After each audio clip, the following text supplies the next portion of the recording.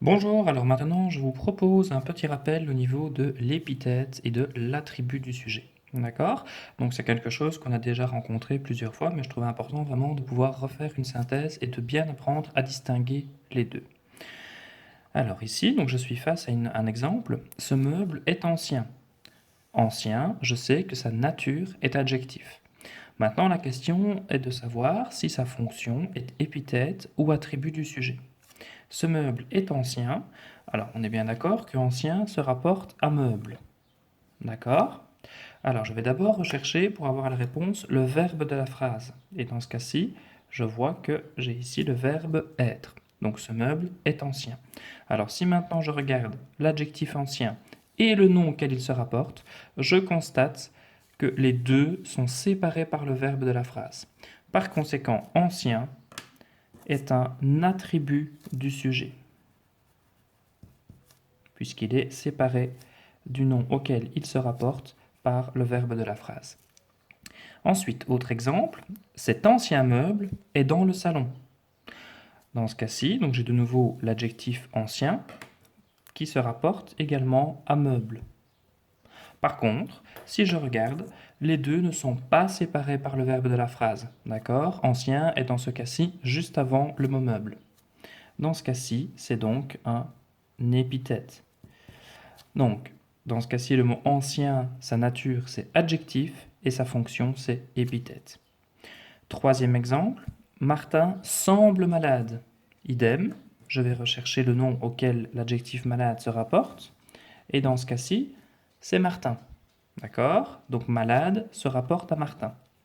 Je vais rechercher le verbe de ma phrase, qui est semble, du verbe sembler, et je constate que malade est séparé de Martin par le verbe de la phrase. Par conséquent, malade est un attribut du sujet. Dernier exemple, alors dans cette phrase, là j'ai carrément les deux cas de figure. Ce grand chien a l'air méchant. Alors, grand se rapporte à chien, méchant se rapporte également à chien, et maintenant je vais rechercher le verbe de la phrase qui est à l'air, donc avoir l'air, qui est aussi un verbe d'état, je vous rappelle. Alors, grand, nature toujours adjectif, et méchant toujours adjectif, on est bien d'accord.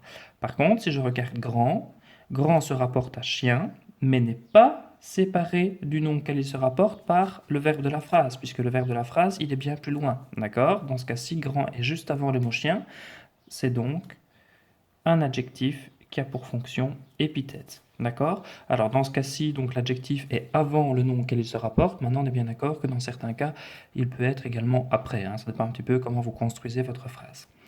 L'autre adjectif que je rencontre dans la phrase, méchant, se rapporte également à chien, mais attention, il est séparé du nom chien par le verbe de la phrase. Par conséquent, méchant est un attribut du sujet.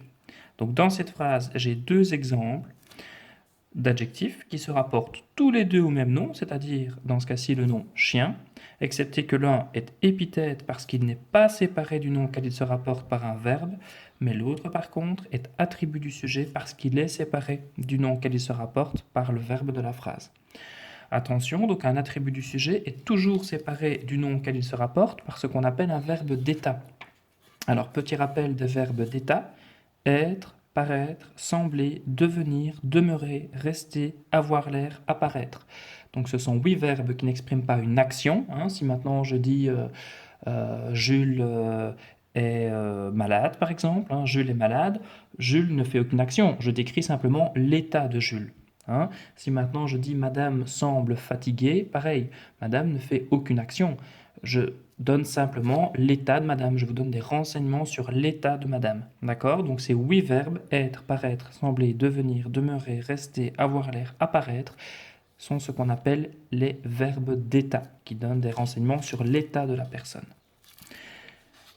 Alors, petit bilan maintenant ici au niveau de ce qu'on vient de revoir. Rappel, l'attribut du sujet est séparé du nom auquel il se rapporte par un verbe d'état, on vient le voir.